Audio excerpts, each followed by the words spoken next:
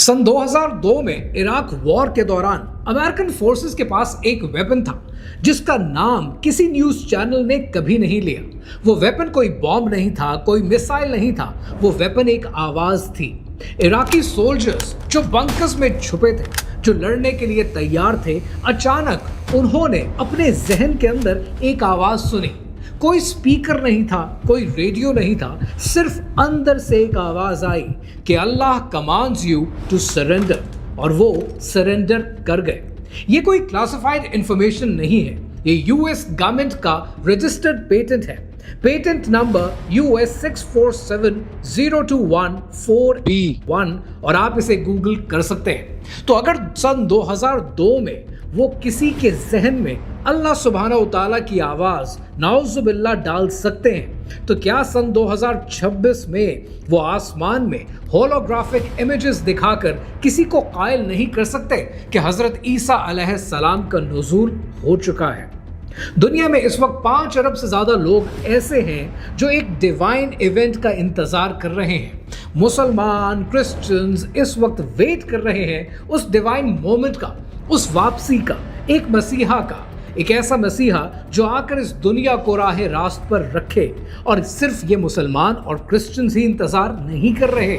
ये जो टेक्नोलॉजी आज दुनिया में मौजूद है और जिन सेटनिस्ट के हाथ में ये टेक्नोलॉजी है, वो इस इंतजार को जानते हैं और वो इस इंतजार को प्लान कर रहे हैं और इस इंतजार को हमारे खिलाफ इस्तेमाल करना चाहते हैं। इस प्लान का नाम है प्रोजेक्ट ब्लू बीम।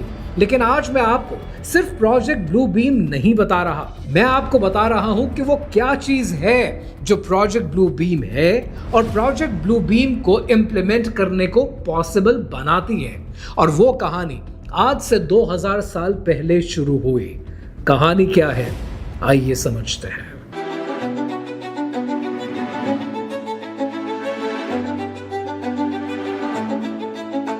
पहले मैं आपको 3 चीजें बताता हूं। ये 3 चीजें डॉक्यूमेंटेड हैं, रजिस्टर्ड हैं, यूएस गवर्नमेंट के पेटेंट हैं, पब्लिक रिकॉर्ड में शामिल हैं, वेरीफाइड हैं। फिर मैं आपको बताता हूं कि ये मैटर क्यों करते हैं। पेटेंट नंबर 1, ये यूएस पेटेंट है जिसका नंबर है 3951134 और ये फाइल हुआ है 1974 में और ये पेटेंट ग्रांट कर दिया गया 1976 में।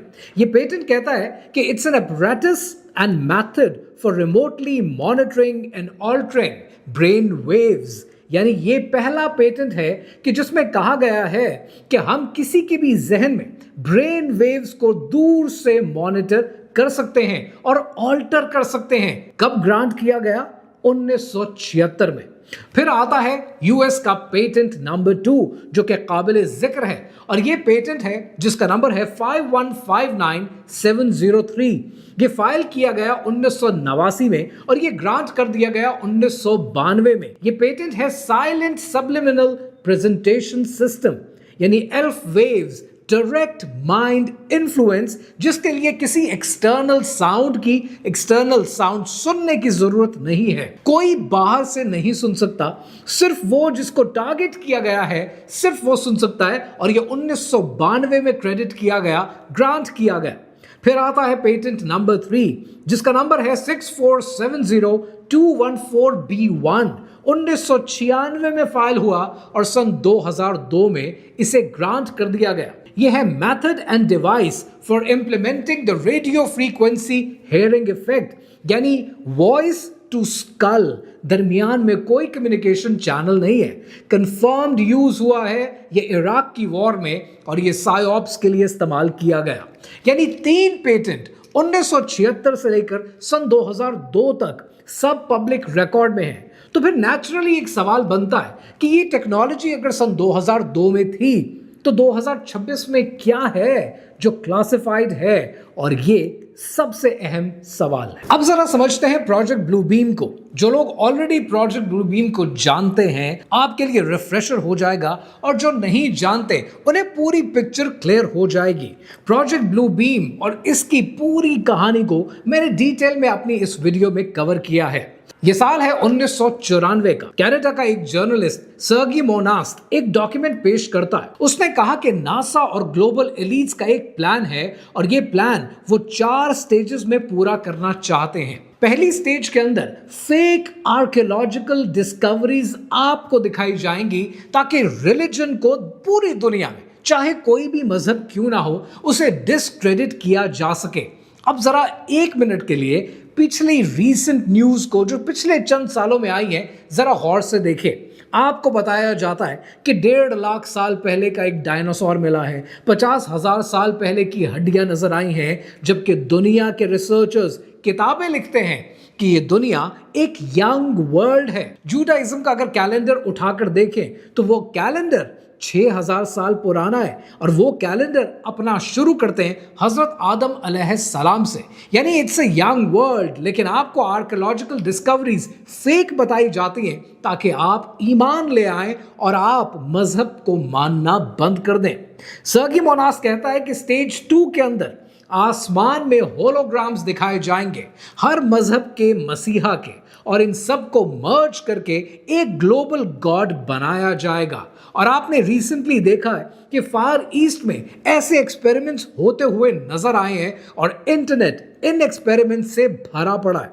फिर आती है स्टेज नंबर 3, एल्फ वेव्स। लोगों के जहन में नाउजुबिल्ला अल्लाह सुब्हानहू तआला की आवाज सुनाना, और इसके पेटेंट ऑलरेडी मौजूद हैं जो अभी इस वीडियो में मैंने आपके साथ शेयर किए। फिर आती है चौथी स्टेज, फेक एलियन इन्वेजन। एक नया वर्ल्ड ऑर्डर, एक नया खुदा, एक नया सिस्टम। आपने देखा कि recently x US president Barack Obama ने भी एलियन इन्वेजन पर बात करनी शुरू कर दी है। They're real, but I haven't seen them, and they're not being kept in what is it? Area 51. Area 51. आप ये देखते हैं कि मीडिया के अंदर बड़े बड़े पॉडकास्टर्स को बिठाकर एलियन इन्वेजन का जिक्र ज्यादा होना शुरू हो गया है, क्योंकि आपको मेंटली एलियन इन्वेजन के लिए तैयार किया जा रहा है। मोनास्ट को गिरफ्तार किया गया, उसे हार्ट अटैक हुआ और 1996 में वो मर गया। कोई पोस्टमार्टम नहीं और फाइल्स को कॉन्फिस्केट कर दिया गया। तो अब सवाल ये है कि प्रोजेक्ट ब्लू बीम आखिर पॉसिबल होगा कैसे? वो पेटेंट्स जो ऑलरेडी मौजूद हैं वो प्रूव करते हैं कि टेक्नोलॉजी तो है, लेकिन सवाल ये है कि दुनिया में 5 अरब लोग हैं, वो एक फेक मसीहा के पीछे क्यों चलने को तैयार हो जाएंगे? वो इसलिए क्योंकि ये तैयारी आज से नहीं कराई जा रही, इन लोगों की तैयारी 2000 साल पहले से कराई जा रही है। ये बात है आज से 1700 साल पहले की, सन 325 एडी की। रोमन एम्परर कॉन्स्टेंटीन ने एक मीटिंग बुलाई।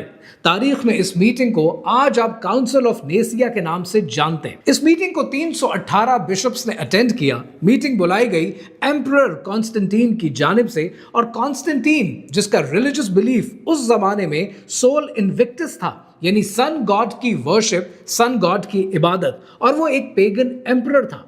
उस पेगन एम्परर ने यह डिसाइड किया कि क्रिश्चियनिटी का फ्यूचर क्या होगा। इस मीटिंग में एक चीज डिसाइड हुई जो आज 2 अरब 40 करोड़ लोगों की जिंदगी बदलती है। इस मीटिंग में डिसाइड हुआ कि जीसस यानी हजरत ईसा अलैहिस्सलाम कौन थे, और इस मीटिंग में फैसला यह हुआ कि वो इंसान भी थे और खुदा भी, यानी एक साथ ट्रिनिटी। जिन स्कॉलर्स ने एग्री नहीं किया उन्हें जलावतन कर दिया गया। इस मीटिंग के लिए काउंसिल ऑफ नेसिया के लिए 67 गॉस्पेल्स को सबमिट किया गया, लेकिन अप्रूवल सिर्फ 4 गॉस्पेल्स की हुई। 63 गॉस्पेल्स को न सिर्फ रिजेक्ट कर दिया गया बल्कि 63 गॉस्पेल्स को हमेशा के लिए जला दिया गया। किसी ने वोट नहीं दिया, कॉन्स्टेंटीन ने डिसाइड कर दिया, और फिर सन 1947 में कमरान के रेगिस्तान में एक बद्दू गडरिये को कुछ गारों के अंदर कुछ मर्तबान मिले, और उन मर्तबानों के अंदर 2000 साल पुराने स्क्रॉल्स बरामद हुए, और उन स्क्रॉल्स को आज आप डेड सी स्क्रॉल्स के नाम से जानते हैं। मैंने अपनी इस वीडियो में डेड सी स्क्रॉल्स का तफसील से जिक्र किया है और आप तक ऑथेंटिक इंफॉर्मेशन पहुंचाई है। डेड सी स्क्रॉल्स डिस्कवर होते हैं 1947 में, लेकिन वेटिकन उन्हें रिस्ट्रिक्ट कर देता है पब्लिक एक्सेस के लिए सन 1991 तक, यानी 40 साल। इन स्क्रॉल्स में लिखा क्या था? इन स्क्रॉल्स में हजरत ईसा अलैहिस्सलाम को एक्सक्लूसिवली एक प्रॉफिट डिस्क्राइब किया गया है, कोई डिविनिटी नहीं, कोई ट्रिनिटी नहीं। और ये मल्टीपल एकेडमिक ट्रांसलेशन से कंफर्म होता है कि पोस्ट 1991 एक्सेस अवेलेबल था, इससे पहले ये एक्सेस नहीं दिया गया। इवन अगर आप स्कॉलर्स को पढ़ें, जॉन एलेग्रो और गैसा वर्मिस ने भी कंफर्म किया है कि प्री 1991 ये डॉक्यूमेंट्स पब्लिक एक्सेस के लिए नहीं थे, 40 साल तक छुपाया गया। क्यों? क्योंकि वो टेक्स्ट वही बात कंफर्म करते हैं जो इस्लाम 1400 साल से कह रहा है कि हज़रत ईसा अलैहिस्सलाम एक नबी है, बंदा खुदा हैं और वो वापस आएंगे। लेकिन यहाँ मैं क्रिश्चियनिटी पर बात नहीं कर रहा, मैं बात कर रहा हूँ उस इंस्टीट्यूशन की जिसने ये फैसला किया कि एक एम्परर को अपनी किताब का एडिटर बना दिया जाए। ये कहानी फेथ की कहानी नहीं है, ये कहानी ईमान की कहानी नहीं है, ये कहानी सियासत की कहानी है। अब जरा इस सब को कनेक्ट करते हैं। प्रोजेक्ट ब्लू बीम का स्टेज 2 क्या है? आसमान के अंदर रोशनी, डिवाइन फिगर हजरत ईसा अलैहिस्सलाम की जो आसमान से उतरते हैं, वो आसमान से आते हैं, रोशनी होती है, डिवाइन लाइट होती है, विंग्स होते हैं, एंजल्स होते हैं। ये वर्जन होलोग्राम से परफेक्टली रेप्लिकेट किया जा सकता है। ये कोइंसिडेंस नहीं है, उन्होंने वो वर्जन अडॉप्ट किया है, वो वर्जन चूज किया है जो उनका टेक्नोलॉजी बेस सपोर्ट करता है। 2000 साल पहले उन्होंने एक ऑडियंस को तैयार किया है और 2026 में शायद ये शो वो प्रेजेंट करने वाले हैं। आज जरा होलोग्राफिक मार्केट को देखें। होलोग्राफिक एआई मार्केट सन 2025 में $10 बिलियन क्रॉस कर चुकी है। Laser based mid air projection को स्क्रीन की जरूरत नहीं होती है और ये बात peer reviewed optical journals already confirm कर चुके हैं। और अगर आप 2025 की डीप स्ट्राइक सिक्योरिटी रिपोर्ट पढ़ें तो वो कहती है कि डीप फेक 2023 में सिर्फ 5 लाख थे, 2025 के आखिर तक 80 लाख डीप फेक्स मार्केट में सर्कुलेट कर रहे हैं, यानी 900% ग्रोथ रेट। और वॉइस क्लोनिंग के बारे में खुद फॉर्च्यून ने दिसंबर 2025 में लिखा है कि 2026 में indistinguishable threshold already voice cloning cross कर चुकी है। आसमान में फिगर ड्रोन्स और लेजर के जरिए, उन फिगर्स की आवाज एल्फ वेव्स के जरिए सीधा आपके दिमाग में, एआई जनरेटेड वीडियो क्लिप से सोशल मीडिया पे कॉन्फर्मेशन, और ऑडियंस वो ऑडियंस जिसे 2000 साल से तैयार किया जा रहा है। लेकिन यहां पर एक इंपॉर्टेंट एलिमेंट है, एक बड़ी इंपॉर्टेंट बात है, और वो ये कि दुनिया के जितने भी ये सेटनिस्ट हैं, प्रोजेक्ट ब्लू बीम के हवारी हैं, इनके प्लान में एक एलिमेंट है जो बिल्कुल फिट नहीं होता है, वो इनकी कहानी का हिस्सा ही नहीं बन पाता, और वो है कुरान मजीद। उन्होंने इंजील को एडिट किया, उन्होंने गॉस्पेल के 63 वॉल्यूम जला दिए, उन्होंने डेड सी स्क्रॉल 40 साल तक छुपा दिए, लेकिन कुरान मजीद को वो नहीं रोक पाए। और ये सिर्फ ईमान की बात नहीं है, ये एक वेरीफाइबल मैथमेटिकल फैक्ट है। डॉक्टर रशद खलीफा, उन्होंने 1974 में एक कंप्यूटर बेस्ड एनालिसिस पेश किया कुरान मजीद का। उन्होंने कहा कि बिस्मिल्लाह में 19 हरूफ हैं और 19 को जब ज़रब देते हैं 6 के साथ तो वो बनता है 114, और कुरान मजीद में सूरतें 114 हैं। पहला रिवील्ड वर्ड इक़रा है जो कि कुरान मजीद में 19 बार आता है, और कुरान मजीद में जितने अल्फाज हैं, कुरान हकीम के इन अल्फाज को 19 पे डिवाइड किया जा सकता है।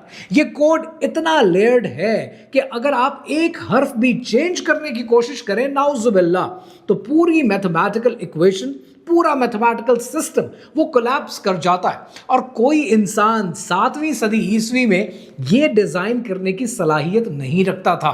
कोई कंप्यूटर के बगैर इस सब को मेंटेन नहीं कर सकता था। इसीलिए प्रोजेक्ट ब्लू बीम के जरिए इस्लाम में मौजूद मसीहा के कॉन्सेप्ट को बदला नहीं जा सकता, क्योंकि इस्लाम हजरत ईसा अलैहिस्सलाम की वापसी के बारे में बिल्कुल क्लियर है, बहुत स्पेसिफिक है, जिस इवेंट को मैन्युफैक्चर्ड इवेंट नहीं किया जा सकता। फजर के वक्त दमिश्क के मशरकी जानिब, और ये बात है सही मुस्लिम 2937 ए की। कोई ड्रोन शो ये रेप्लिकेट नहीं कर सकता, कोई एल्फ वेव ये कॉन्टेक्स्ट क्रिएट नहीं कर सकती। मैं इस वीडियो में आपको डर के साथ छोड़कर नहीं जा रहा, एंड ऑनेस्टली थोड़ा डर फील करना चाहिए, क्योंकि ये प्लान रियल है, टेक्नोलॉजी रियल है, हिस्ट्री रियल है, और वो ऑडियंस जो 2000 साल से तैयार की जा रही है वो भी रियल है। लेकिन यहां एक और चीज है, सैटेनिस्ट जिस चीज से सबसे ज्यादा डरते हैं वो ये नहीं है कि प्रोजेक्ट ब्लू बीम इंप्लीमेंट हो पाएगा या नहीं, वो डरते इस चीज से हैं कि प्रोजेक्ट ब्लू बीम जैसा प्रोजेक्ट आपकी निगाहों के सामने आए और आप पहले से समझ जाएं। यानी एक इन्फॉर्म्ड मुस्लिम एक ऐसा इंसान होता है जो कुरान जानता है, जो निशानियां जानता है, जो कॉन्टेक्स्ट जानता है, वो बेवकूफ नहीं बनता है। और इसीलिए इस वीडियो का जवाब डर नहीं है, इस वीडियो का जवाब यह है कि आज की रात सूरह कहफ की पहली 10 आयात को पढ़ें, उन्हें याद रखें, क्योंकि रसूल अल्लाह सल्लल्लाहु अलैहि वसल्लम की ताकीद है स्पेसिफिकली दज्जाल के फितने से बचने के लिए, जो 1400 साल पहले फरमा दिया गया है। और आज भी जवाब वही है। जरूरी यह है कि आज हमारे नौजवानों को ये बातें नहीं पता, उन्हें ये बातें उनके स्कूल ने, उनके कॉलेज ने, उनकी यूनिवर्सिटीज ने नहीं बताई हैं। ये बातें दोस्तों के सर्कल में शेयर नहीं होती हैं, ये बातें आपके खानदानों में शेयर नहीं होती हैं। इन डिस्कशंस को कॉमन बनाना है, इन डिस्कशंस को फैलाना है, ताकि न सिर्फ आने वाली नस्ल की तैयारी मुकम्मल हो, उन्हें कॉन्टेक्स्ट और उन्हें कॉन्सेप्ट क्लियर हो, पर ज़रूरी ये है उन्हें ये हौसला मिले, उन्हें ये पता हो कि आने वाले दिनों में उनके साथ अच्छा होने वाला है। निकल के सहरा से जिसने रोमा की सल्तनत को उलट दिया था, निकल के सहरा से जिसने रोमा की सल्तनत को उलट दिया था, सुना है ये कुद्सियों से मैंने, वो शेर फिर होशियार होगा।